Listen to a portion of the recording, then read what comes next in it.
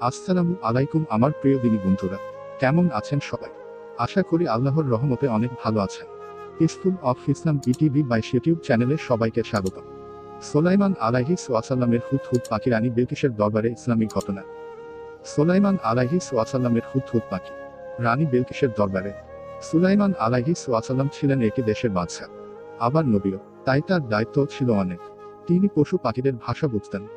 আল্লাহ তাআলা তাকে এই অলৌকিক ক্ষমতা দান করেছিলেন। রাষ্ট্রের গোয়েন্দাগিরি, সংবাদ আদান প্রদানে হুদহুদ পাখি ব্যবহার করেছেন। আল্লাহ তাআলা বলেছেন, আর সুলাইমান পাখিদের খোঁজখবর নিতে গিয়ে বললেন, আমি যে হুদহুদকে দেখছি না, কারণ কি, সে কি অনুপস্থিত। সূরা নামল 20। হুদহুদ সুলাইমান আলাইহিস ওয়াসাল্লামের অত্যন্ত অনুগত ছিল। অন্য রাষ্ট্রের দরকারি খবরাখবর নিয়মিতই সুলাইমান আলাইহিস ওয়াসাল্লাম হুদহুদের মাধ্যমে নিতেন। সুলাইমান আলাইহিস ওয়াসাল্লামের এই হুদহুদের নাম ছিল ইয়াসুর। একদিন হুদহুদ বলল, বাদশাহ নামদার, খোঁজ নিয়ে জানলাম ইয়েমেন দেশটি চালান একজন নারী, কিন্তু তিনি অগ্নিপূজক। নাম তার বিলকিস বিনতে সারাহি। সুলাইমান আলাইহিস ওয়াসাল্লাম খানিক ভেবে একটি চিঠি লিখলেন রানী বিলকিসের কাছে। তাতে লিখলেন, গোমরাহির পথ ছেড়ে দাও, সত্যের পথে ফিরে এসো, অগ্নিপূজা বন্ধ করো, আল্লাহর কৃতজ্ঞতা আদায় করো, তার ইবাদত করো, সময় থাকতে আমার অধীনতা স্বীকার করো। হুদহুদ খোটে করে এই চিঠি বয়ে নিয়ে পৌঁছে গেল রানী বিলকিসের প্রাসাদে। জানালা দিয়ে ফুর করে ঢুকে পড়ল রানীর ঘরে। ঘুমন্ত রানীর বিছানার পাশে চিঠিটি রেখে চলে আসলো। এত সৈন্যের কঠোর প্রহরা ভেদ করে কে রেখে গেল এই চিঠি কেউ বলতে পারল না। রানী চিন্তায় পড়ে গেলেন।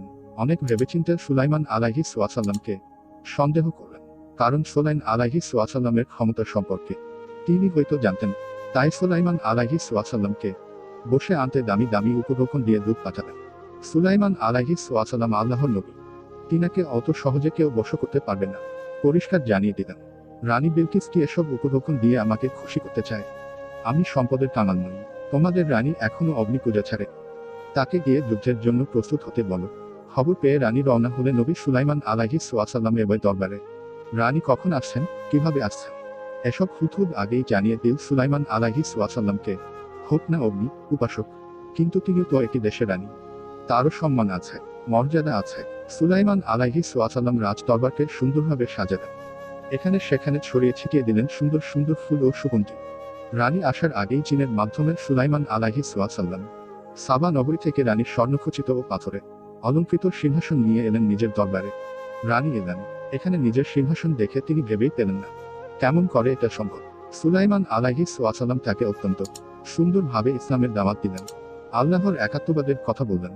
সব দেখে শুনে মুগ্ধ রানী তারপর অগ্নিপূজা ছেড়ে দিয়ে তখনই আল্লাহর একত্ববাদে বিশ্বাস করতে আগ্রহী হলেন। ফলে সামিল হলেন চির শান্তির পতাকা তলে, তাওহীদের পতাকা তলে। ভিডিওটি আপনাদের কাছে কেমন লেগেছে অবশ্যই কমেন্ট বক্সে জানাবেন। আর আমাদের চ্যানেলের ভিডিওগুলো সবার আগে পেতে চ্যানেলটিকে এখন লাইক, কমেন্ট, শেয়ার এবং সাবস্ক্রাইব করে আমাদের সাথে থাকুন। ধন্যবাদ।